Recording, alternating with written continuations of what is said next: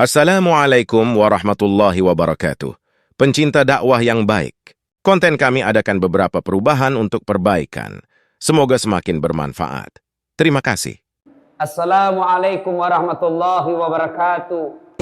Bapak-bapak, senang nggak jauh dari rumah? Bu, ada yang bilang senang. Ada apa ini, Bu? Berarti ada masalah dengan ibu. Kalau ada suami yang sudah tidak betah di rumahnya, tidak tenang hatinya di rumahnya, berarti istri gagal menjadi istrinya dia. Bukankah istri, kata Nabi yang soleha itu, membuat hati suami betah di rumah? Bagaimana suami mau betah di rumah? Ibu kasar ngomong, baru datang ditunjuk-tunjuk, bodoh ini. Ini biasa, ini kan perasaan istri ini kan seperti cuaca, susah ditebak. Kita bawa martabak pulang dengan harapan, oh dia senang ini, genang ini. Bawalah kita martabak, dapat pelukan hangat ini. Begitu dikasih martabak langsung, apa martabak? Itu voucher listrik habis. Martabak dibawakan, voucher listrik dipersoalkan. Nih.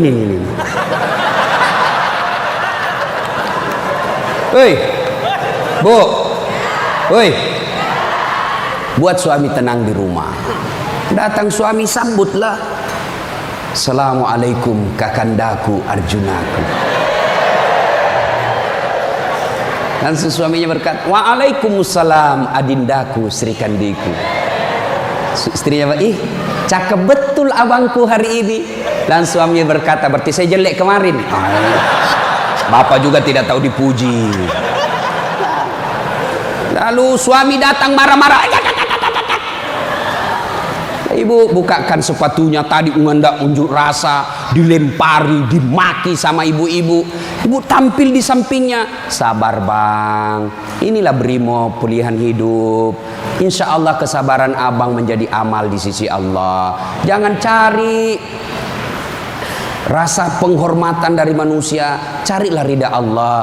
Abang bekerja sama polisi menjaga keamanan Republik, itu jadi amal supaya Ustadz Dasat bisa ceramah, kami amankan Indonesia. Jadi amal jariah.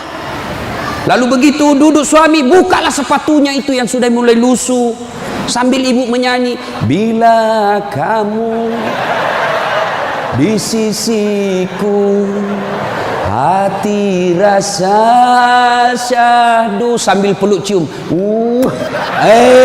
Senang. Itu senang, kasihan.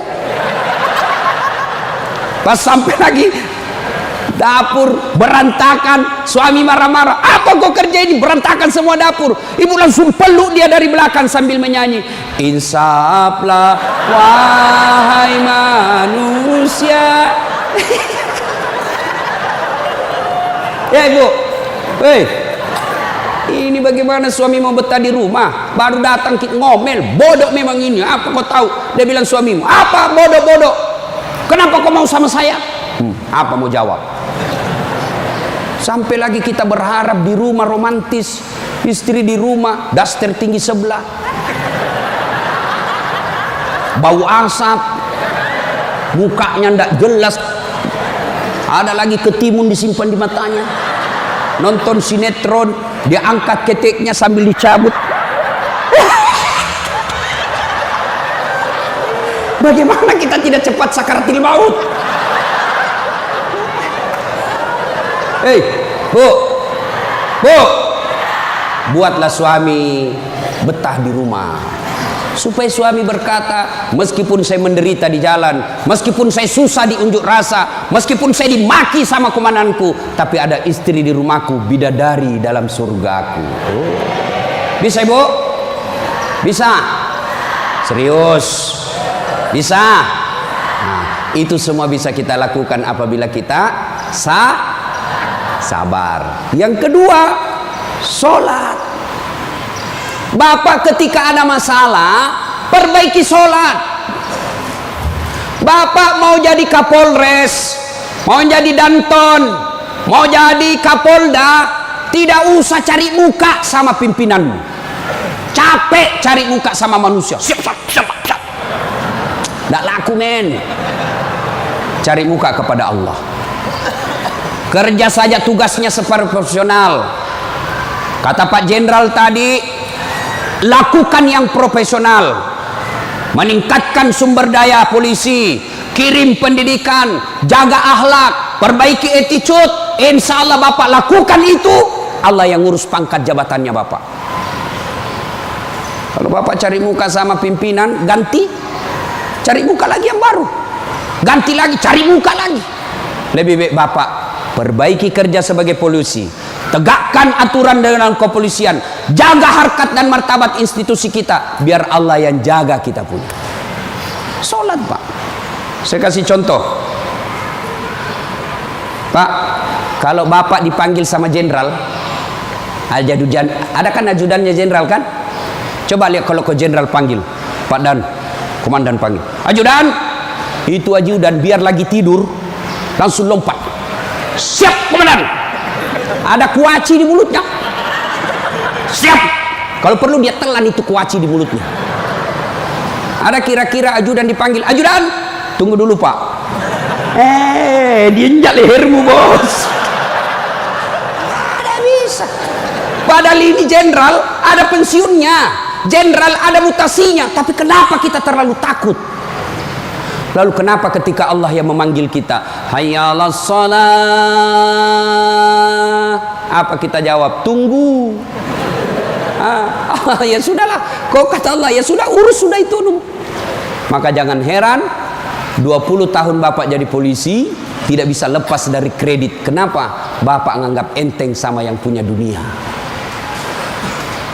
Saya sholat Ustaz, betul Bapak sholat tapi main-main. Allah karena budu, iya karena istan, ihdinas. Siapa yang kau sholat begitu? Allah.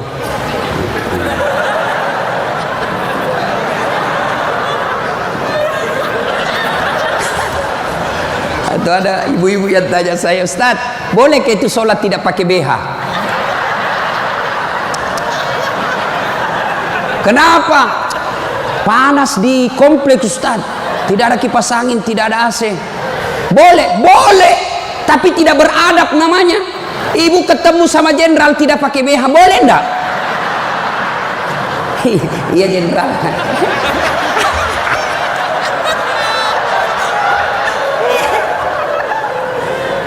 Maka jangan heran Bapak bertahun-tahun sholat tidak bisa baik hidupnya. Kenapa? Bapak sholat semau-maunya. Sholat yang dicari duit. Allahu Akbar. Rakaat kedua.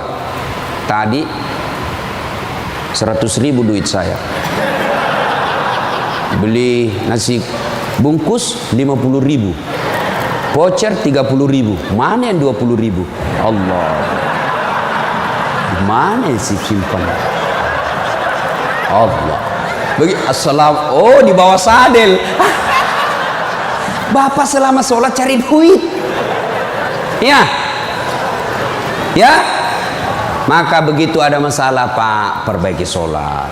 Di komplek kita ini, tiba waktu azan, Bapak tidak latihan dan tidak sibuk, datang ke masjid. Sudah sampai ke masjid, yang dari sana, yang dari pintu sana menghadap kemana? Menghadap kemana? Kemana? Barat. Mau orang Sulawesi, mau orang Jawa, orang Papua, orang Medan, datang ke masjid, menghadapnya sama ke barat. Tidak mengatakan orang Sulawesi Selatan dia menghadap ke selatan, dia orang Jawa Barat dia menghadap ke barat. Tidak. Nah, itulah makna pentingnya amanah dari jenderal kita tadi. Kita ini satu kesatuan. Tidak boleh ada berkata polisi Bugis, tidak boleh berkata polisi Jawa, polisi Papua. Tidak. Anda kalian adalah polisi Republik Indonesia. Coba lihat kalau Bapak sholat, boleh enggak pakai bahasa masing-masing? Boleh? Enggak boleh, kacau Pak. Coba kalau kita sholat pakai bahasa masing-masing. Yang jadi imam keturunan Arab. Allahu Akbar. Makmum brimob dari Bugis. Dia takbir pakai bahasa Bugis. Pungallahu ta'ala malopo. Sudah. Ributkan orang langsung.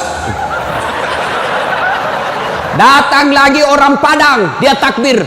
Allah nan gadang.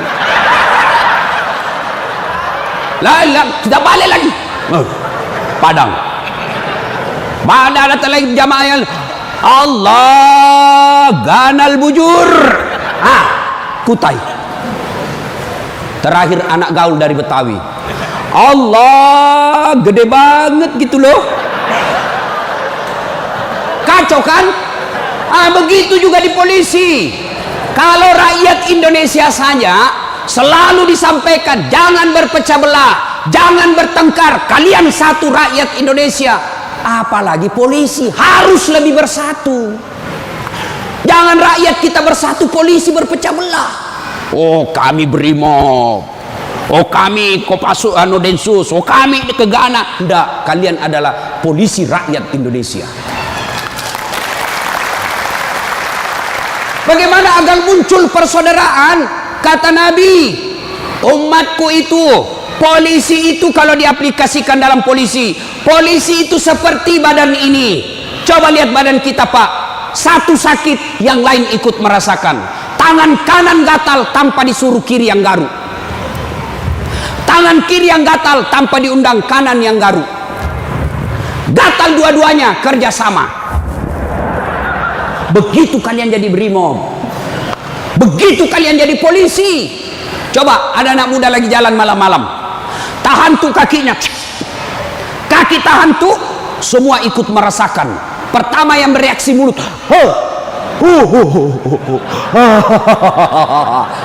yang kedua bereaksi apa? Mulut meniup, tangan mengusap, mata mencari mana yang luka, padahal kaki yang bermasalah. Tidak ada orang berangkat malam-malam tahan tuh kakinya, rasa kau, jalan lagi, jalan kau lagi, jalan lagi. Begitu mestinya menjadi polisi. Beda kesatuan tapi satu tugas, mengangkat citra dan martabat polisi Republik Indonesia. Ya, bersaudara. Tadi sama Pak Wadan, Jenderal saya bilang, Brimob ini kan gersang. Lalu beliau katakan, betul gersang, tapi kami banyak teman. Kalau kalian mau kaya, perbanyak teman. Saya juga begitu Pak. Saya ini tidak banyak duit, tapi banyak temanku. Temanku banyak duitnya. Ada Pak Kapolri, ada polisi macam-macam. Dia bilang, Pak Kapolri bawa ini kartu nama aku Ustaz, simpan depannya, langsung dia hormat sama Ustaz. Aman Jenderal. Makin banyak teman, makin gampang urusan selesai. Saya Pak, saya tidak banyak duit, tapi banyak teman saya. Di Makassar hampir tidak pernah laku duit saya. Di mana-mana saya gratis. Makanya istri saya senang betul kalau saya ke pasar. Baru saya turun dari mobil, ada yang teriak, Assalamualaikum Ustaz. Aman dan terkendali. Sahabat, ambil sayur, ada isi ikan. Berapa Ji? Tidak usah Ustaz. Tidak enak. Berapa? Tidak usah. Padahal dalam hatiku, memang itu yang kutunggu. Ayo Pak. Dua, banyak teman, gampang selesai masalah. Saya pergi perpanjangan SIM di Polres. Baru saya turun dari mobil, keluar Kapolres. Assalamualaikum Ustaz. Siap Komandan. Ada apa ini Ustaz? Perpanjangan SIM. Panggil Kasat Lantas. Bantu ya, selesaikan cepat. Jangan kau minta uangnya Ustaz. Dosa uang Ustaz kau makan. Ayo Pak, banyak teman, gampang selesai masalah. Maka saudara-saudaraku polisi Brimob, jangan cari musuh. Kalau pribadi kalian yang dihina, selama kalian tidak terancam jiwamu, pasrahkan dirimu sebagai aparat kepolisian, insya Allah kesabaranmu menjadi amal di sisi Allah. Kecuali jiwamu sudah terancam, maka silahkan lakukan apa yang diajarkan oleh protap organisasi kalian. Bisa?